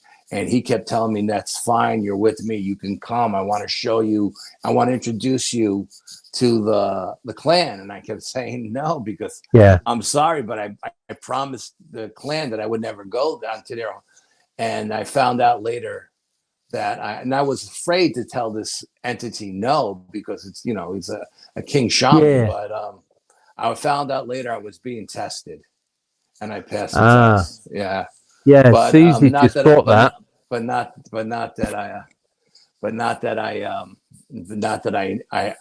you know, like if a shadow figure invited me into a different realm, I don't know if I would go. Would you go? That's what I was going to say. I don't think so. I'm pretty ballsy, and I'm not afraid of anything, but to actually be invited into a different realm, I don't know, because I don't know if I'll ever get back. You know what I mean? That's a question, really. Yeah, it's not about being invited. It's would you ever be able to get back to your own time? Absolutely. Yeah, I think that's where it all lies, doesn't it? Yeah, absolutely. Definitely. Right. Last question then, and this is from Jo again, and she's asking, does Al think that the government are making hybrids? I don't know, Joe. I'm kind of leaning to no on this issue. I know a lot of people believe they are. I think if these creatures are hybrids, they were probably made by aliens thousands of years ago. Do I think the government know about these creatures? Yes. Do I think the government has captured these creatures? Yes. Are they experimenting on these creatures? Yes. But I don't know if they're actually creating any. That's where I have to draw the line until I can find out more about that. I don't like to speculate on theory and conjecture. I like to talk about stuff that I experienced that I know for a fact, you know, but I don't know that for a fact. So I'm going to lean towards no. Right. No, thank you. Right. So should we? Oh, shall we? You have not got a clue. Can you talk about the stuff that was going on in New York? Yeah, back in the late 80s, I was hired at the post office, and I was working in North Yonkers, and I was going out with one of the senior guys, and that's for training, and he was telling me a story about his best friend who was working the David Berkowitz building. David Berkowitz was a serial killer here in New York. It's called the Son of Sam, or the 44 caliber killer. And he was attached to a cult that was practicing dark magic in a park that was next door to his house called Untermeyer's Park. Now everybody in Yonkers knew there was a cult in Untermeyer's Park. Everybody knew when it got dark at night, you didn't go in the park. I went to that park a million times with my friends. They used to have Battle of the Bands and all kinds of rock concerts there. And as soon as the show was over, everybody got out of Dodge. My brother used to work at the hospital adjacent to the park. His office was up on the top floor. And when he had the night shift, he could see them, bonfires in the park practicing their black magic. So anyway, this guy goes on to tell me a story about his best friend who was delivering that building. And he'd been there for like 5 years or so, never had any issues. And then one Halloween, he had to use the bathroom. And normally there's a dogman. This is a very upscale building, all doctors, lawyers, nurses, school teachers, professional people who work in Manhattan, a lot of big money. And there was a doorman. Super lived in the building. So normally he would either use the doorman's bathroom or the super's bathroom. But the bathroom down in a garage was for the people who used the pool during the summer. They had a big Olympic-sized pool in the back of the yard. And they had a tiki bar and an ice cream bar. And, the people with the kids were there all summer long, and they would use that bathroom. And this guy, we'll call him Joe, he would use that bathroom all summer long, delivering certified mail down to the people at the pool. So he's used this bathroom all summer long, for 5 years, never had an experience there. Halloween comes, there's nobody around, no doorman, no super. He's got to use the bathroom. Okay. He goes downstairs like he's done a million times. While he's in the bathroom, he starts hearing chanting. He starts smelling smoke, and he thinks maybe one of the cars in the garage is on fire, you know? Yeah. So he opens up the bathroom door because he's going to run upstairs and, you know, pull the fire alarm. And he opens up the bathroom door, and there's 6 men in hoods chanting around a pentagram that's on fire. And as he's watching this gray smoke comes out of the dark black smoke that's billowing, and it turns into an entity, a demon, the devil, I don't know. But this thing shoots right over to Joe at the bathroom and tells him, for what you've seen here today, I'll have your soul. Joe freaks out. Joe freaks out, goes back to the post office and says, I'm never doing that route again. I'm never doing that building again. As a matter of fact, he takes a leave of absence. He becomes an alcoholic. He gets divorced. He loses his home. He's out on the street. Wow. And all this time that this guy, we'll call him Sam, is telling me this story, I'm thinking, this guy is pulling my chain. You know what I mean? Yeah. There's no way this has actually happened, you know? So then he tells me that Joe bid on another route in Central Yonkers, and he got the route in Central Yonkers, and he got an apartment on that route, and life became good. He was like the mayor out there. Everybody knew him. He lived on the route. He worked on the route. He started to talk to his wife about getting back together and, you know, buying another house, and life was really good. And at some point, Joe starts having an issue with a black cat at the end of the route. There's this little street. It's got about 6 houses on it. At the end of the block, there's like a meadow that looks almost like a parkish kind of meadow, you know, but it's not a park. It's just a piece of land. And he's having an issue with a black cat. This black cat is attacking him every time he goes down. He sprays the cat with the dog spray. It has no effect. Cat chases him down the street, chases him out of there. So Joe starts holding the mail for this last house on the street. Eventually, the people want to know what's going on with their mail.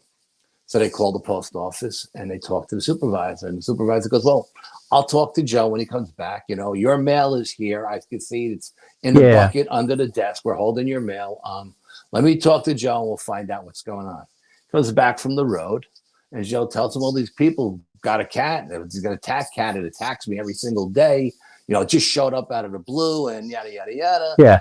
So the supervisor says, okay, let me go talk to these people about keeping the cat inside. But what the guy telling me the story doesn't know is that my brother-in-law works at that post office.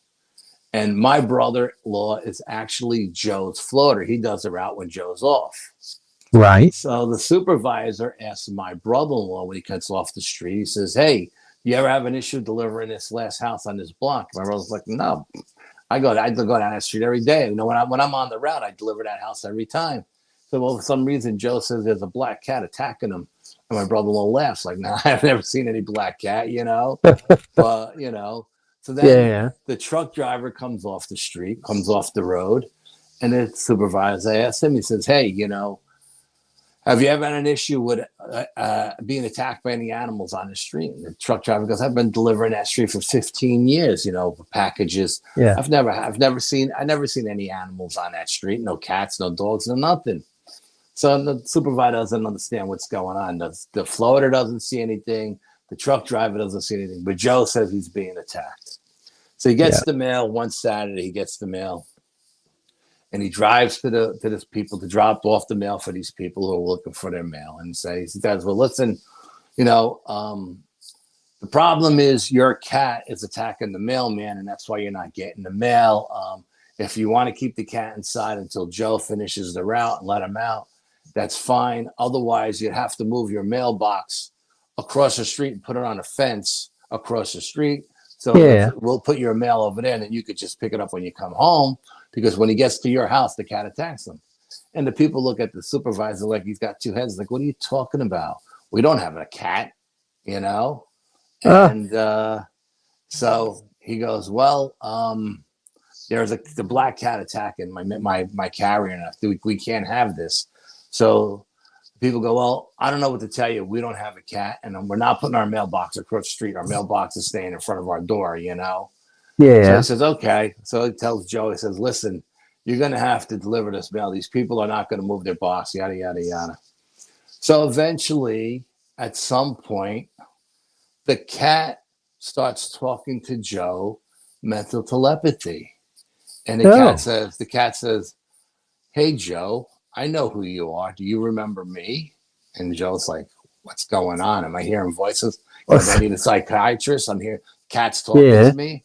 So then Joe's like, no, I don't know who you are, you know? And so eventually the cat says, by the end of the summer, I'll have your soul. And then Joe freaks out because now he flashes back to a bathroom apartment where that demon came out of the pentagram and told him the same exact thing, you know? So Joe's freaking out that, you know, this cat just told him he was going to take his soul. Yeah. End of the summer rolls around. Everybody's back off the road but Joe. So the truck drivers are usually the last guys to come in because they start after the carriers. So they work later. And so the supervisor says, hey, listen, have you seen Joe out on the road? And he says, I've seen his car out there. I haven't seen him delivering, but he's got to be there because I see mail in the boxes, you know, on some of the streets, you know. So we'll do me a favor. Go to start at the last house and start at the last street on the route and work your way to the front. Find Joe, tell him to come back. It's the holiday weekend. I want to go home, you know. Let's get the hell out of here. So the truck driver says, fine, no problem. Jumps back in his truck and he goes right to the last street. And as he's driving down that street, he gets to the very last house where the cat has attacked him. And there's Joe on this giant oak tree hanging from his mailbag. He committed suicide. Oh, shit. So the truck driver drives to the local deli, calls the cops, calls the post office. They have to call the fire department because he's so high up. They need the ladder to get him out of there. And the fireman told the supervisor, he said, the way that bag was wrapped around his neck, he says, it's like the physics to do it yourself is impossible. Like physically, you couldn't do that. I mean, it just didn't make any sense. But he died. So this guy tells me this story, and I'm not buying it. I'm like, look, I know I'm the new guy on the team, but so my brother-in-law literally lives around the corner from me. So I get home and I call him, and I said, dude, I just heard this incredible story. Is there any truth to it? And he's like, yeah, absolutely. I was his floater, and he hung himself on that big oak tree, you know? And I was like, wow, really? He goes, yeah, really. So I'm like, now I'm thinking, wow, this guy wasn't bullshitting me, you know? Yeah. So then the boss comes to me and he says, listen, we'll call it 28 route. I don't remember the number of it. He says, would you like to hold down 28 route? This is the Son of Sam building route. This is a very high-end part of Yonkers, you know what I mean? The buildings are nice, the homes are nice. And I'm like, absolutely, I'll hold this route down. Absolutely. Yeah. So he says, okay, come in my office. You know, we'll fill out the paperwork so you could hold it down because the carrier got hurt. He was going to be out for a year. Okay. Right. We fill out the paperwork. And he says, I want to tell you something right here, right now. He goes, whatever you do, don't go down in that goddamn basement and don't use the bathroom down in the basement. I don't care if you have to drive back to the post office. I'll authorize the overtime. You come here. I don't want you using the bathroom in the basement. He doesn't know I know the story, but he won't tell me why. Right. Yeah. So I was like, yeah, no problem. If you want to pay me overtime, I'll come back. You know, I'll take the overtime, right? Yeah. I get the route. It's it was in the spring, the early spring. I get on the route, February, March, something like that, and I'm on the route all summer long. And I become very friendly with all the people in the building. It's a great building. They decorate the building for every holiday, Thanksgiving, Valentine's Day. I mean, it's a very, very big. It's like two buildings attached to one. It's humongous. Right. Yeah. Now, the only odd thing that I found immediately the first day I did the route was there was this giant big building was on the odd side of the street. Like the number of the building was an odd number, Yeah. but it was on the even side of the street. Right. And to me, that was a red flag. Why is this building have a different number? So then when I did the research, I found out they changed the number because too many people were going there to get pictures of the building when they arrested David Berkowitz, you know? It was the Berkowitz building. So once I found out it was the Berkowitz building, I was like, oh, I got to get into that apartment. You know what I mean? So I become friendly with the super and the doorman. And I said, listen, is there anybody renting Berkowitz's apartment? He's like, no, we don't rent that apartment anymore. That's just vacant, you know? And I said, well, is there any way I could get in there and just walk around and see what I could feel? And he's like, I'll bring you up, Al. He says, but I'm not going down the end of the hall. I'll give you the key to go in. Okay, I'll go in by myself. No problem. So we get in the elevator, and his apartment was like up on the 5th floor. And it faced the pool. Behind the pool were houses that were built in the woods, but they all had big fences, and the mailboxes were on the steps because it was like a rare delivery. And everybody had a dog. And one of the dogs, there was a policeman who lived there. His name was Sam, and he had a German Shepherd. Yeah. And the German Shepherd was the one telling David Berkowitz to go kill people, right? And he could see. So as we're in the elevator and we're going up, and you get the 1st floor, 2nd floor, 3rd floor, it's fine. We get to the 4th floor, and I start to feel this heaviness.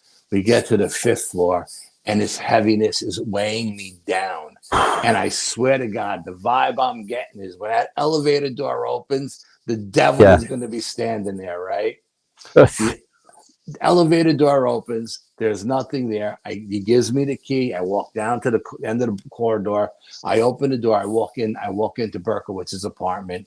To the left is the kitchen. To the right is a bathroom. Directly in front of me is a living room / dining room. To the left of that is his bedroom.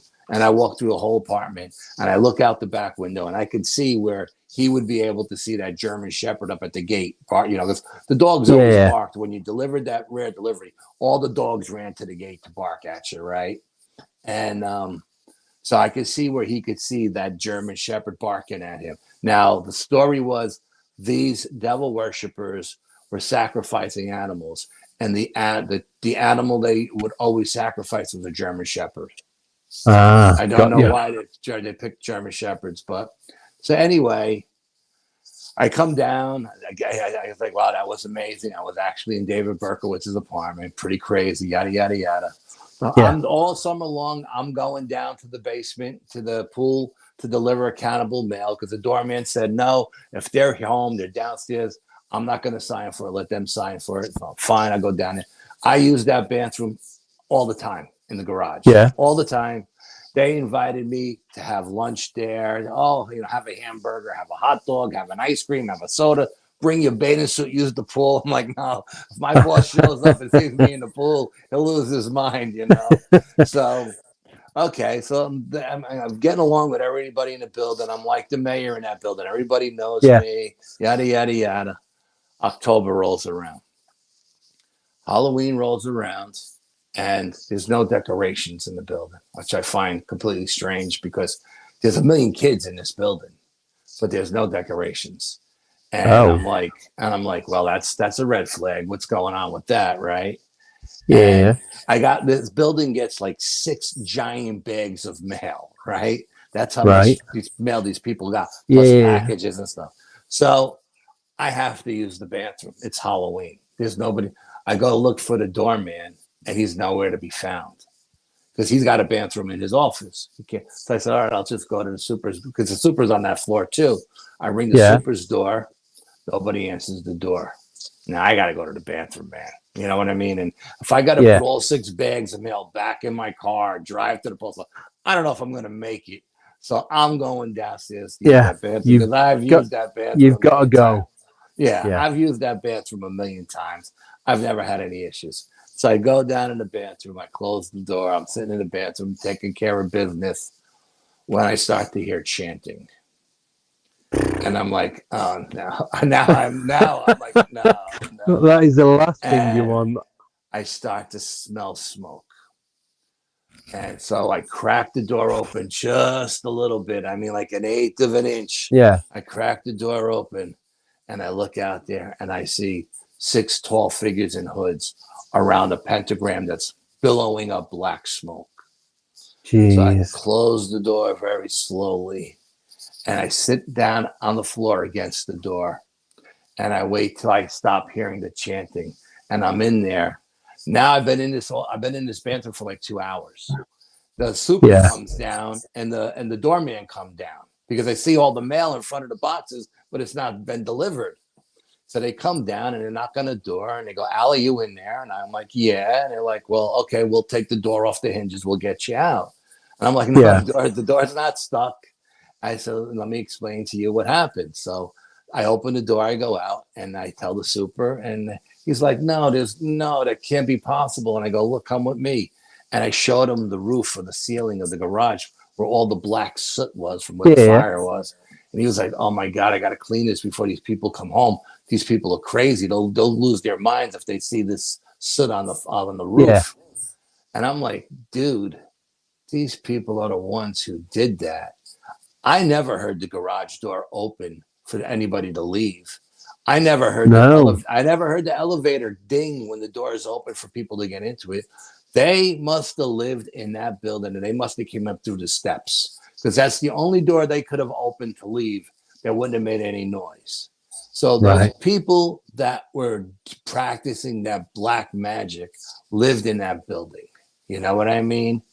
Yeah. And I went, as I got down the street, as I was delivering the rest of the day, I went on delivering the mail, and I get to the end of the block, and there's a little old lady who lives at the end of the block. She's like 80 years old, and her mailbox is on the bottom, but she's got like 50 steps that go up to her front door.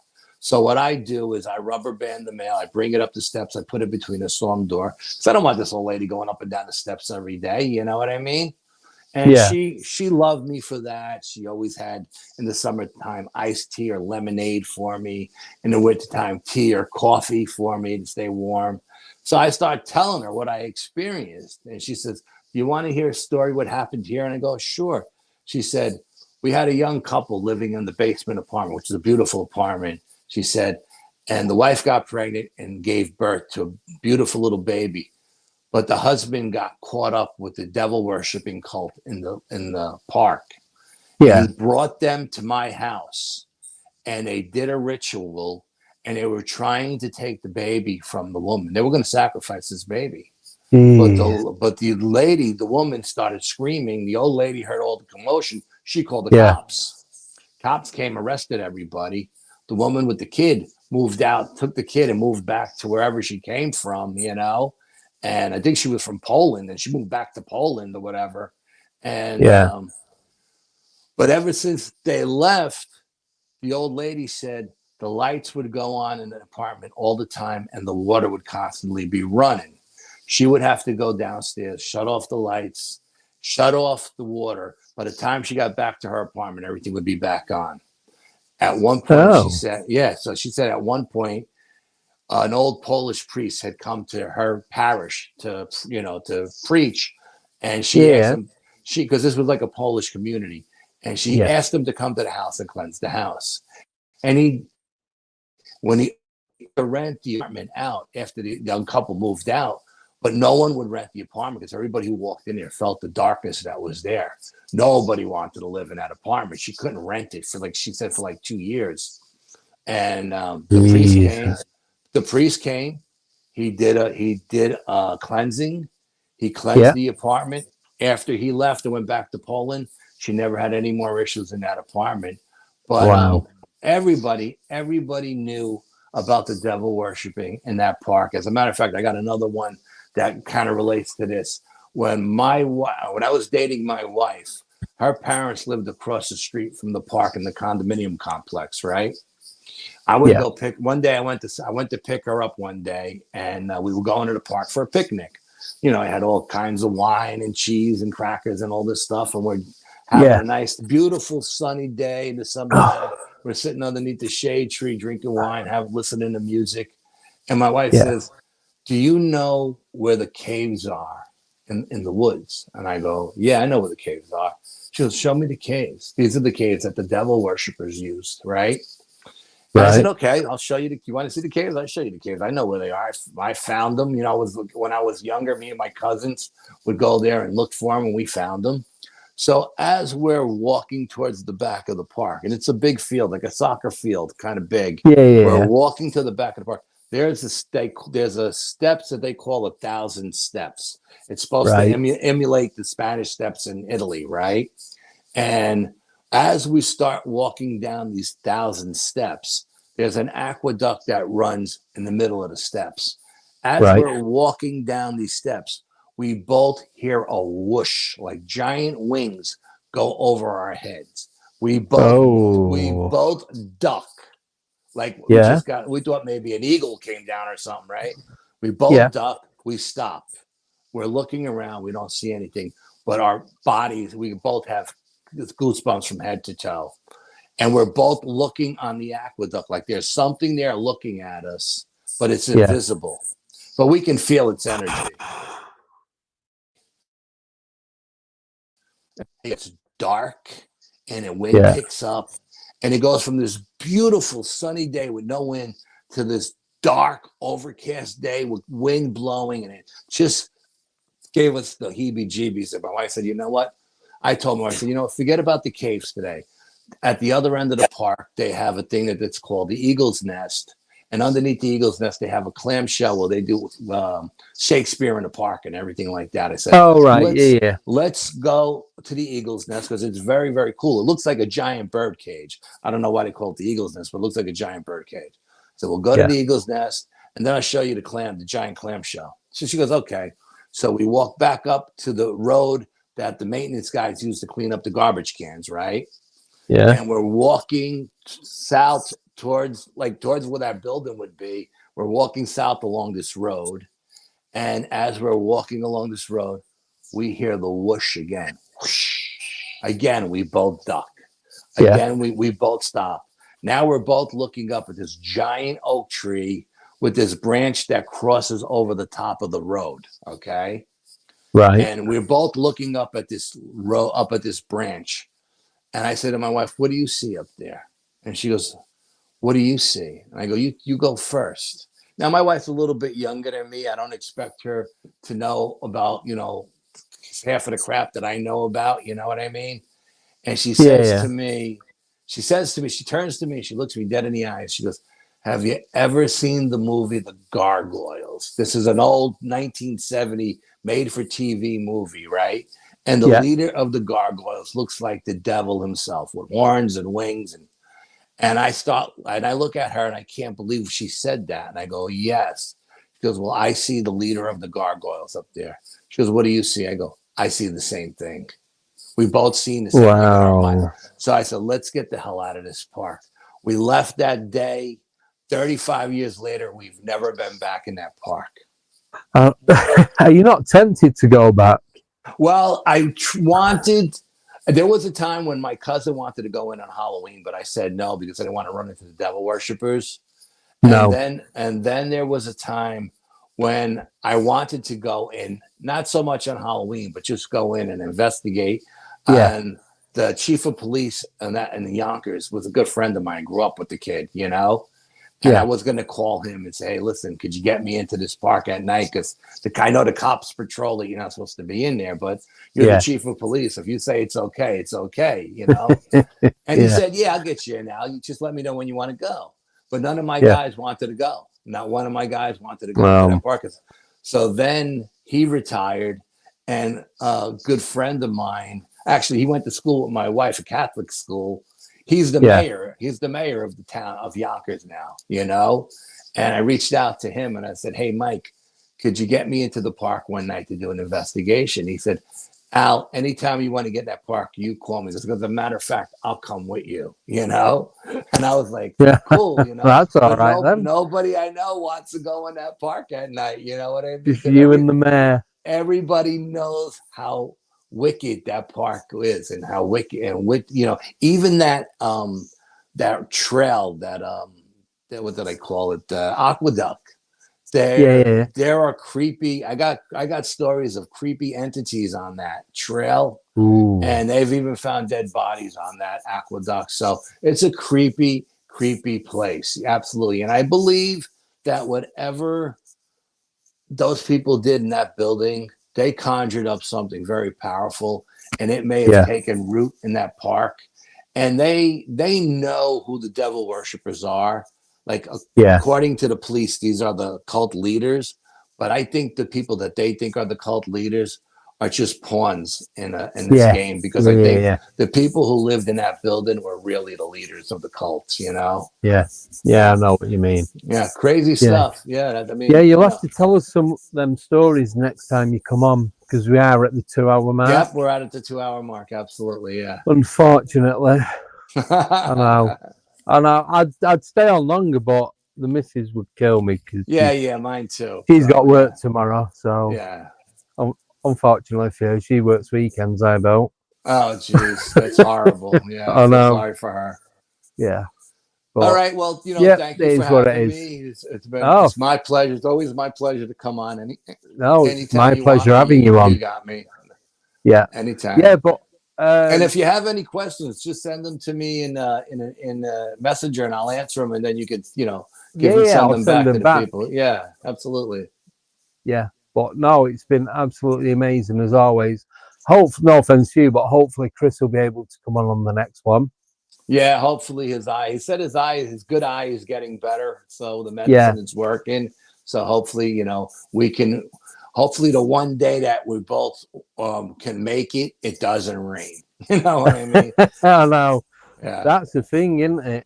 Yes. So, because I don't play in the rain.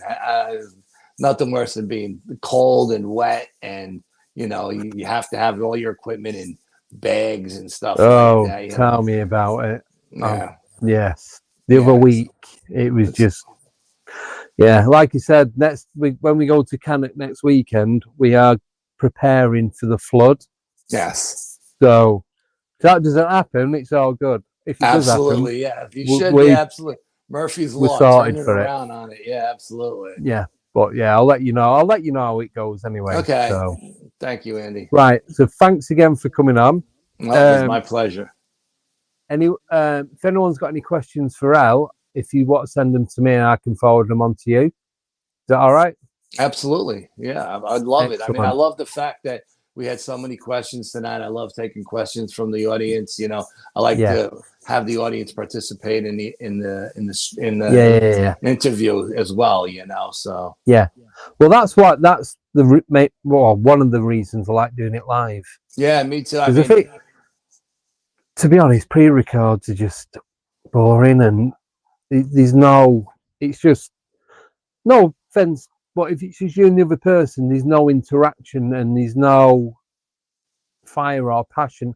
There is, but I don't think there's as much. No, you know what I mean? The live chat adds an entity into the interview that you can't get without it. You know what I mean? And I love participation. Whether I'm doing a presentation somewhere, I'm always asking questions, because I'm that guy. If I'm listening to your show in a live chat, I'm the guy with all the questions. You know what I mean? Because I want to know. So if there's people out there that want to know, please ask. Yeah.